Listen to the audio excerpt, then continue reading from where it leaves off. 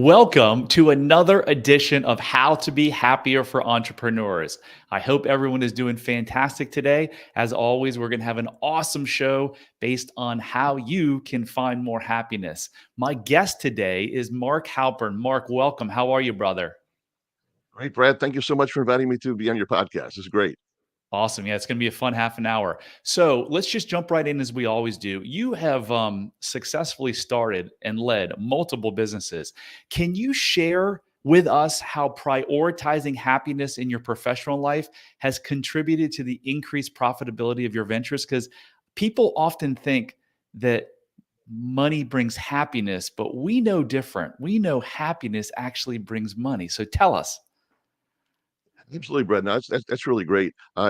Happiness really is crucial. And it sounds all mushy and everything, but I just like to start by defining what happiness is. When you go to ChatGPT and all that, and they say, "Oh, what is happiness?" Oh, it's a subjective measure. Blah blah blah. Uh, I now have an objective, a very simple objective measure for happiness. And if we have time at the end, I'll go into the whole thing. But I do want to just mention what the goal is. So, and since happiness is about what we do with our time and our waking hours from birth to end of life, I concluded that my goal, and a lot of people are now adapting this, is that the goal is to maximize the number of seconds that you enjoy without causing harm. That's it. An extremely well-defined, very simple goal. Of course, goals have to be, specific, measurable, achievable, relevant, and time-defined. So I have those as well. But qualitatively, the goal is to maximize the number of waking seconds that you enjoy without causing harm. That's the goal. That's the goal for happiness. So then the question becomes, what do you enjoy? And enjoyment, it doesn't have to be just me. It can be contributions to the community. It can be things that you're doing. You're mentoring others. You're in a house of worship. It can be so many different things that you enjoy that do good. But as long as you enjoy it and it doesn't cause harm to others, then that's what's good. Now, once you enjoy things, the money comes. Now, I know that sounds again a little bit vague, but if you're really enjoying something and you're good at it, then and you create value, and that's really good. So what I do in my various businesses, and I have businesses in four different fields, which is a little bit strange. Then Wow. what I do is I love creating value through practical guidelines. That's just what I do. So my primary business is in chemistry. For those of you who can, or actually watching, you can see behind me my primary business, which is phase transfer catalysis. On the other side, you can see a book that I wrote on that, 651 pages, launched a career there with that. And I just love creating guidelines for low cost, high performance green chemistry, which is good for the environment. And I've done 58 2-day boot camps around the world in this. I've given lectures in 300 cities in 39 countries. I've saved companies $220 million. I stopped counting 20 years ago, and I love doing that. It's intellectually stimulating to no end, and then people like to hear about this, so it's really cool. Then another one. Then I take what I and my risk management skills from R&D, which I do breakthrough R&D, and I apply that now to private placement investing. So, and what I do there is I perform deep due diligence. I now have a group of 36 accredited investors that we perform deep due diligence together, and we go to meetings and stuff like this. But the whole idea is that it's taking patterns, recognizing patterns. So I like to create value through practical guidelines and how to maximize your performance in investing, and of course using self-directed Roth 401ks so that you're maximizing tax performance. And now with the happiness that I'm launching the platform Now Be Happier, with the app and the book and the TED. I've given a TEDx talk, all those sorts of things. So I now have the score, this the thing called the happiness score, which we may or may not have time to talk about later on, and then a thing called the opportunity table, which is on the app, which basically shows you which activities in life you do that you can improve to achieve the goal of maximizing the number of seconds that you enjoy without causing harm. So that's how it all fits together, Wow. and That's a lot. it's all about analysis, Yeah. and creating value for humanity. So I love that. I mean, you said a lot, right? Maximum happiness. What is happiness? Maximum seconds that you enjoy in your waking hours. And being the self love guy that I am, which I didn't always have self love, but I found it in the last 3 years. I find it nearly impossible that someone could enjoy. Maybe that's a little stretch, but the more self love you have, the more that you enjoy. Because if you are, the opposite of self love is self contempt. So if you're constantly beating yourself up or irritated or drinking or eating or whatever the destructive things are, it's really hard to find enjoyment, right? That's exactly right. So, Brad, if you don't mind, you're making a really important point, which if it's okay, I'd like to just describe a little bit about the model for the happiness score because it fits in exactly to what you just said. Okay. So, okay, so what I concluded is that happiness is about what you do with your time during your waking hours. And what I did is I divided time into four categories: invest time, spend time, waste time, and sleep. Invest time is time during which you're engaged in an activity that you enjoy that doesn't cause harm. That we talked about that. That's what we're trying to maximize. Sleep is sleep, so I actually don't count sleep in there because you can't make decisions when you're sleeping. So spend time and waste time. Spend time is time during which you're engaged in activity that you do not enjoy, but would cause harm if you didn't do it, like paying bills, going to the bathroom, a few other things. Okay. And that's where your score can't ever be 100 because you always have to pay bills, to turn off your electricity. If you don't go to the bathroom, the law of conservation of matter dictates at some point you're going to explode. But then waste time is time during which you're causing harm to yourself or to others or the environment. So when you were talking about self-sabotage, and I've listened quite a lot to your really great podcast that I enjoy every one of them, Thank all you. the episodes, and you talk about things like self-sabotage or the opposite of self-love, and that's waste time. And then what happens is that when and again, our app is free, so it's not like I'm trying to promote an app that makes money. I want everybody, I want to, we want to try and enable everybody in the world that has a cell phone to be able to, for free, whether they have money or don't have money, to be happier. So what happens is that if you're doing things like self-sabotage or doing things like drinking, if you're doing anything illegal or bullying or hating or just anything, something that's breaking the law, you're doing illegal drugs, whatever it is that you're doing, Judging other people. abuse. Yeah, that's right. Exactly. All these things that cause harm, you lose points in the app when you cause harm. So you gain 1 point per second that you enjoy. You don't get any points when you're spending time, which means you're not enjoying, but if you didn't do it, it would cause harm. And you lose a point for every second that you waste, which is causing harm. And then what happens is that if you're honest with yourself, that's in order to improve happiness, you sort of have to be honest with yourself. Sorry, that's I know it's hard to do, but being honest is just one of those things. If you really want to improve your performance, and then and then the app shows you, it stares you in the face with your score, and it also identifies where how much time you're spending, wasting, and investing, and where you're doing that, so you can change. So all the things you talked about, the opposite of self love. I love that your self love concept, absolutely crucial. And when we're doing the opposite of self-love, your score goes down and you see it and that motivates you to change. Love it. Love it. So a lot of people really struggle finding what they love to do. Can you walk us through how you discovered your passions and how this realization like influenced your career choices? Yes, thank you. That's a great question. Actually, in 1997, I came up with a thing called the personal occupation analysis, and because a lot of people were getting laid off in those period of time, and a lot of people were having issues and with jobs and things. And so what it is, it's an exercise, it's a mental exercise that you do, preferably with somebody else who you trust and is open-minded. You can always find at least one person. Might be your life partner, might not, might be somebody else. And the the, um, the first thing you do is you simply list, and we're talking about pages of material. If you want, it's gonna take a few hours to do this, but hey, it's the happiness for the rest of your life. In our work life, we have about 78,000 hours of work life when you do the calculation. Wow. So the first thing you do is you write down, you make a list of all the activities you enjoy. Don't worry if it's marketable or not. Just don't even think about that. What do you enjoy? And write down everything you enjoy. I don't care if it's fishing or if it's watching Andy Griffith on TV. Now I've dated myself on TV, or just anything. Travel, whatever it might be. You write down all the things that you enjoy, and that list might be 30 to 50 items of things. And don't worry if it's marketable. The next thing you do is you write down all the skills that you have.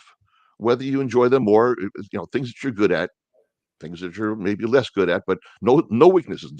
I don't care about weaknesses, strengths and skills that you have. And that also includes things like geography. So it could be like there was one person I was working with overseas, and she was a very, very fast typist. And in a court, in court, she wasn't making a lot of money. And it's a language that is spoken by only a few million people.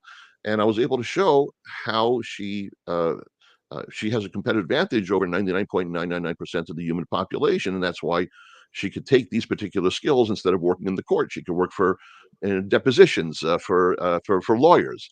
Because believe it or not, one of her skills is going to sound really strange. I shouldn't even say on the podcast. When I was interviewing her, this is 20 years ago. I asked her about anything that she does that's different than other people, and she was a bit embarrassed. And she said, "Well, she actually can sit for 8 hours without getting up to pee." Whoa. And you say, well, that is not something you would typically write down on a resume. Well, here's the thing: if she's one of the top three, I think it's called court stenographers. I'm not sure. Yeah. One of the three fastest in the country, and she doesn't have to get up to pee, then that means that lawyers that are doing depositions, and I don't know if you've ever been in a deposition. I was a consultant Unfortunately, yes. in a chemical deposition. Yeah, they can be really brutal. So I was involved in this extremely it was hundreds of millions of dollar lawsuit between two chemical companies, and I sat in a deposition.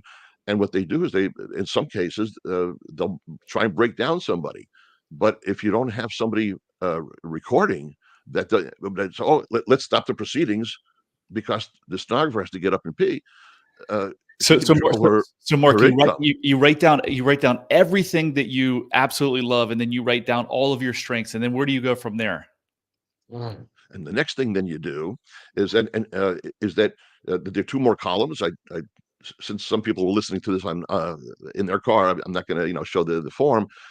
What you do, there are two more columns, and what you do is that the top 10 things that you enjoy, you a variety of ways you can rank them. You can say categories 1, 2, and 3.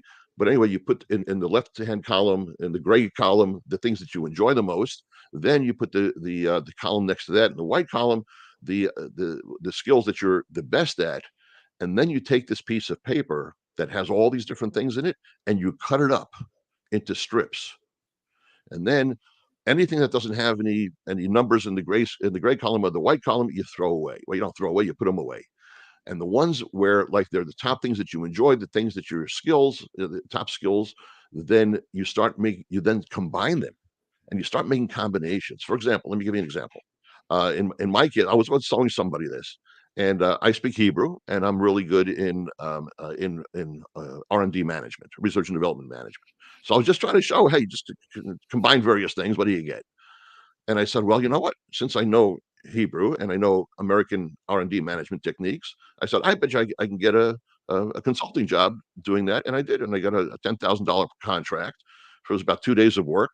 I went to Israel and I started talking about in R&D in Hebrew, how I do this. And so there's all kinds of things that just maybe just one more thing when it comes to because this is for entrepreneurs. Um, Here's a little calculation. Let's say you're in the top three. Let's say there's a certain job that needs three characteristics. Let's say and here's something which I did with a friend of mine. It was in 1995.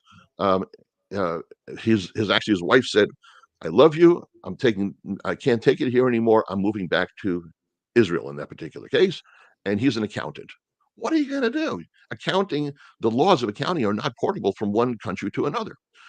So what I did, I sat down with him. We did this whole thing, and he was a good accountant. So we did the analysis. If there's a position, in this case, it was a job, but it could be a business as well. If there's a position that requires three characteristics, let's say you're really good in accounting, you have good interpersonal skills, and you're high IQ, something like that. Then, if you're in the top 25% in each one of the three categories, then you do it's 0.25 times 0.25 times 0.25. That's a quarter of a quarter of a quarter of 16. You're in the top 98.4% of the population if you can create a system, a business for that. Now, if you're in the top 10%, that's zero point 0.1 times zero point 0.1 times zero point 0.1. You're in the top 99.9%, and now you've got a competitive advantage that nobody else can do. And in the end, he got a job as controller in Planet Hollywood, Tel Aviv. Why? Because Planet Hollywood needs American accounting. Wow. And So Mark, how this sheet, I love it. Like figure out what you really love, figure out what you're really good at, and then combine the ones that you have your strengths and you're good at. Is that at the end of the podcast, we're going to share how to get the app and how to contact you. Is that something that's on your website that people can also get? yes, that's it's done. I just have to do some formatting. It's going to be available on the website probably within the next 2 weeks. Boom. Okay. It's a very it's like $2.99. It says it be available as an ebook, and then but it's easy to do.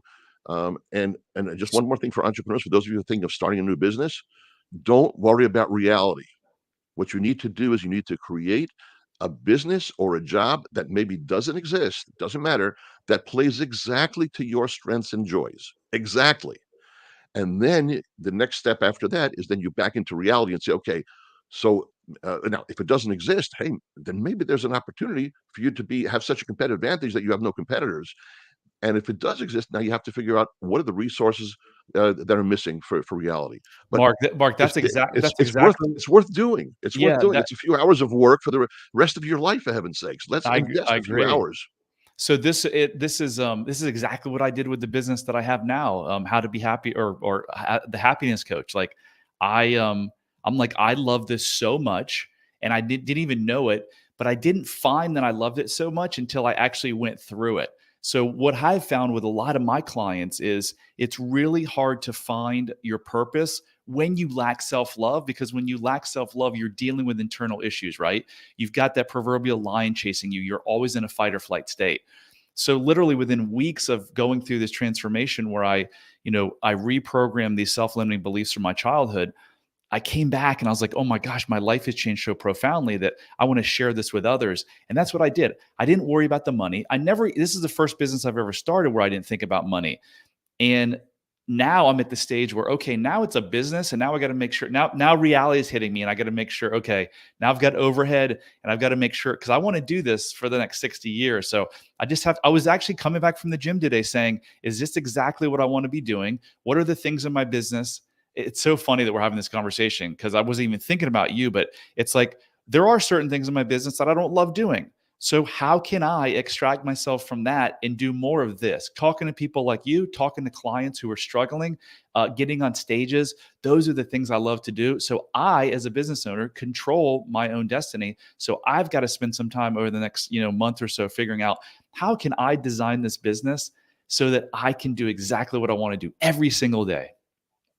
Oh, that's great, Brad. I'd like to share with you something which I learned from a brilliant man. His name is Bob Wells. It was on December 2nd. We were in this workshop, so I need to give Bob Wells the credit for this. He's built, I think, $4 billion in businesses. Whoa. So something that has to do with what you just said. And it was a revelation for me. It was just 2 months ago, and he said like this: in a business, there are three categories of performers. There's the entrepreneur. So first he says, how many people in the room are entrepreneurs? Of course, I raised my hand because I built these four businesses. But by the end of it, but 5 minutes later, I wasn't an entrepreneur anymore. So it's like this: there's entrepreneurs, there are managers, and there are skilled producers. This is Bob Wells stuff. So please, I'm not plagiarizing stuff. I'm just giving all the credit to Bob. It's phenomenal. So entrepreneurs are people that have vision and they have a passion for growing a business. They don't. I'm oversimplifying here, but an entrepreneur has the vision and the passion to grow the business, but not necessarily likes the details. That's Manager me. loves. That's me. That's right. Great. So now we're gonna. Exactly. And so now we're going to talk about, and was what Bob made me realize, and hopefully through me, Bob stuff will come to you as well. You have the passion for growing the business, but not the details. And I don't like the details of the managers love details. They're going to be like human resources, or who's going to set up the podcast and who's going to hire the people in Upwork to do the whatever it Right, is stuff. right. And they love order. They want order. They want everything's got to be in its place, because you have to have somebody in the business who's doing that stuff. The accounting, I hate accounting. I'm really good at it because I hate doing it twice. So I do it really, really well. And then the third category is skilled producer. Oh, and the managers, the managers. Ideally, the managers don't care about vision and growing the business. They just want to have an order, things in order. Right, right. And then there's skilled producers. Skilled producers are the people that create value directly for the customer. The entrepreneur doesn't do that. The manager doesn't do that. The skilled producers are the ones that are creating the products and services that are of direct value to the customer. And then he said, okay, so those of you who raised your hand, entrepreneur, which was me, said, okay, which one of the three do you like the most? Which one of the three do you like the least? And I said, holy crap, I love creating content. Now I love growing the business, but I love creating content more than anything, and I don't want to manage. God, oh gee. So then, something which I learned about 30 years ago, there are two types of activities that you can do: things that you're uniquely qualified to do, and everything else is an MWA, which is minimum wage activity. Now, in my industry, minimum wage activity might be getting $150,000 a year, but any engineer can design a reactor. Not every chemist can achieve a breakthrough in phase transcatalysis. That takes creativity. Engineers So are in so a box. Mark So Mark, so you outsource to MWAs. does that make you the fact that you like to do content? Because I've literally thought I could read books and do content all day and be happy. Does that make you a skilled producer? Does that make me a skilled Yes. producer? Yes, it does. Now, you can enjoy two of the three or all three if you want, but the question is what you enjoy the most. So what I'm trying to do in the last well, I became a full-time entrepreneur in 1995. So however many years that is, let's say 30 years, is I try to focus as much as I possibly can on the things that I'm uniquely qualified to do and try to outsource the other things, whether it's Upwork or like with the book. I mean, I know how to format in Word. I paid somebody a few $100s to format the book to get it, to put it over the finish line. So now the question is, and so I'm actually now considering for the first time, and I'm going to be 70 years old next month, and I just haven't decided what I want to be when I grow up. I'm actually thinking of hiring a CEO. And a CEO would be somebody who has a passion to build a business and the vision is sort of mine, but I'm going to sort of transfer this for the Now Be Happier platform because there's going to be, we got the app and the TEDx talk, we have lectures and courses, and we're probably going to have a certified coaching program and all that. I want to create content, and I'm going to go hire somebody to run the business. Somebody who's got a passion to make this thing grow to go global and the whole thing because I enjoy creating content. Now, the more that I will create content, the more I'm going to enjoy it. I'm going to be happier. I'm going to be maximizing the number of seconds of my life that I'm enjoying without causing harm. And I'm going to create a job for somebody who's going to just love to, oh, yeah, I want to build a global business. Yeah, that'll be great. So Mark, Everybody wins. if you were consulting me as an entrepreneur or manager or skilled producer, would the advice, some of your best advice, be do what you're uniquely qualified to do and that you love to do? That, that is exactly 100% on target. I need a transcript of what you just said because that's the perfect, that is the And if I exact words. and if I did that, what should transpire? Yeah. So if you're doing things that are you're uniquely qualified to do and you enjoy, the first thing is that you're going to enjoy your life. You're going to maximize the number of seconds because in the end, it's not about the money, it's not about anything. It's about enjoying your waking hours from now to the end of life. The afterlife is beyond my pay grade. I lived in Jerusalem for 13 years, and I don't. So I don't know. Even though God was a local phone call, but I never figured out the afterlife. So the first thing that's going to happen is you're going to enjoy your life because that's what's important. The second thing that's going to happen is you're going to create so much more value because you're not dealing with things like, hey, should I use a Yeti microphone or should I use a Zoom H3 microphone? You're going to be outsourcing that, but then you're also going to be creating a job for somebody that they love the whole self-love concept that Brad Chandler and the How to Be Happy for Entrepreneurs has created, and that person is then they're going to build that business and the business will thrive. Now in the end, yes, you do have to be creating value. You do have to be creating value that people want, but but hey, who doesn't want to be happy while being an entrepreneur? I don't think that there's a big market for how to be sad and being an entrepreneur. So you've really hit on something that people truly want. You're not forcing people to want it. How to be happy as an entrepreneur. then I'll be happier than I do. The saving money and saving jobs in phase transfer catalysis, the helping accredited investors and helping non-accredited investors build. People want to do this. People want to be simultaneously happy and prosperous. This is what I'm. This is the value that I create. This is the value that you create, and we're not competing. We're not competing. We actually complement each other. So at the beginning of the conversation, we talked about how you define the happiness score, right? And I quickly chimed in and said, without self love, it's really impossible to be happy. And you agreed, because that means that you would spend more time, as you said, in the category of waste on your scoring mechanism. So if you're one of those folks and you're wondering, like, do I spend a lot of time in waste, or do I have these issues, these programming issues from decades ago that are affecting me? I created a self-love quiz that you can take. It only takes 3 minutes. It's 12 questions. Go to bradchandler.com/quiz and take it. Mark, I think you took it. And I took it. I Yes. and I believe you were only about 6 or 7% of people score extreme self-love. And you were one of those people to score extreme self-love. So kudos to you. And on that note, my next question, and we're wrapping up in a couple of minutes here. We'll hit your app more in the website in a second. But what got you into this whole happiness thing? Were you like this from the day you were born, or did something transpire in your life that you woke up one day and you're like, I'm going to follow this happiness path? Oh, that's a great question. Let's see if I can do this quickly. And again, this podcast is not about me, but maybe people can identify with the situation. When I was a kid, I was a failure at everything. I was the lowest in my class. I have as I was talking, I opened my TEDx talk with this. I was depressed most of the time, angry a lot of the time, and felt worthless all of the time. I got left back in 11th grade, bottom of my class. I was a failure socially, failure academically, and it was pretty bad. And well, I'll just come out and say, my 21st birthday, I was suicidal because I didn't think I was worthless. I knew I was worthless.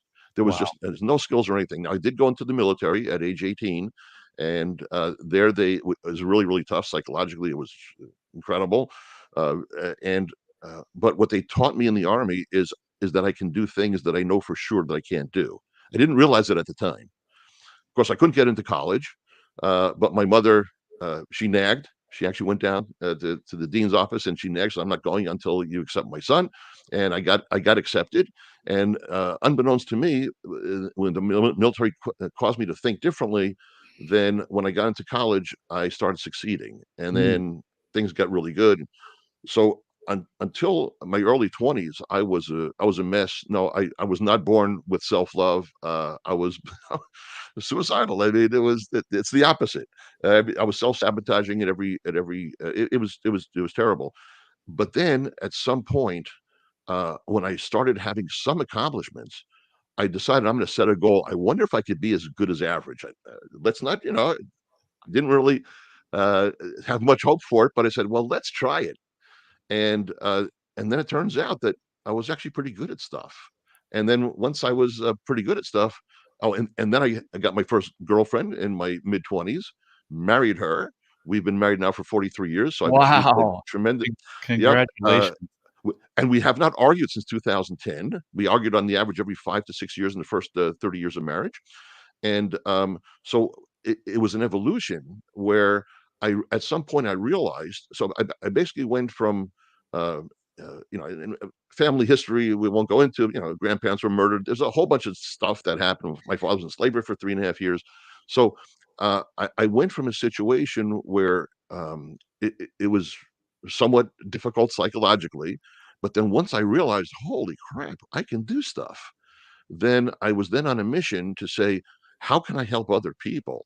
And that the now be happier thing, it just, again, very, very briefly, I was in a plane from Shanghai to Newark, and it was a 14 and a half hour flight. I watched the movie, watched another movie, another 8 hours. What am I going to do? I got paid a lot of money to talk in Asia for a few days. They gave me a cell phone, a tour guide, a car, and a translator. And I made a lot of money and had a lot of fun. And on plane on the way back, I decided, what is happening? Why am I so happy? I love my job. I love my career, love my wife, self-actualization, traveling the world. And that's when I actually came up with the whole concept of the happiness score on that flight. That was in 2007. And then, during COVID, we came up with the app. So no, I was not, I went from not self-love. It's more than self-doubt. I didn't think that I was worthless. I knew for absolute sure I was worthless. So And then I Mark, transferred, I'm going to and stop I you. want everybody to be happy. I want to stop you there because I'm gonna make a point. I've agreed with everything you said except for one thing today, and that is that you were born without self love. I believe everyone was born with self love. And I believe, and this is a whole nother conversation. Maybe I'll have you back on in a couple months Okay. because you gave me a little bit of insight. You said your parents had a lot of issues. Your dad was a hostage or something. What you said. There Mark was born a worthy, self loving individual, and something happened in those formative years that led you to think you're worthless. But you never were worthless, and you always had that internal self love. So, again, a topic for another day. As we close, Mark, That's a great point. That's a great point. I'm going to have to think about that. We don't do another podcast. You're going to cause me to think, because as a scientist, I always have to take into account alternate opinions. So thank you for this is sharing that. this, I will think about that. yeah, this is what I've learned over my last 3 years doing this work, spending thousands of hours and studying under some of the best people in the world. When we don't get our needs met as children, we come up with stories about those needs not being met. And a lot of times it's, I'm worthless, I'm not good enough. That's why this bad thing is happening to me, because that way we can control it because it's our issue. If it's our parents' issue or our caregivers, we're screwed because we can't do anything. So anyway, like I said, we'll get you back on here. As we close, tell people where they can find this amazing. So you've got an amazing app. You've got this product that will be on the website here shortly to help people kind of find their true purpose and passion in life. Where can they find you, Mark? Very good. So everything, the entire platform with the book and the app and the TED lecture, all this kind of stuff, it's on nowbehappier.com. It's easy to spell, nowbehappier.com. The book is called Now Be Happier, and everything, the whole platform is, so it's very simple, nowbehappier.com. And just the last thing, just what you were saying, to encourage everybody out there, whether you are practicing self-love or not, you should, because everybody's got that potential. I don't care how worthless you think you are. Everybody has got humongous potential, not just the people that talk about it a lot. Yeah. So please, you must believe in yourself, because it's there, and you maybe just have to bring it out. And if you're already an entrepreneur, well, now be happier, be more successful. But if some of you are listening to Brad's podcast because you're having some doubt, there's some self-doubt, please understand, you've got it. You just got to bring it out. Yes. It's theirs. I know it sounds very Pollyanna, but it is absolutely true. Yeah. You have all you need to be happy right now. Mark, thank you so much. That was incredibly insightful. I really appreciate you. You dropped, countless gold nuggets. As we come to close for another episode of How to Be Happier, I want you to remind you that I'm on a mission to help 1 million people find freedom and happiness by reversing these limiting beliefs, just like Mark had around his worthlessness. It wasn't true. He was never worthless. So I need your help. And how I can get your help is just, if you like the podcast, please rate it. Please give it a nice 5-star review. Please share it, whatever you can do to help spread the word. And in closing, as always, love heals all. Thank you very much.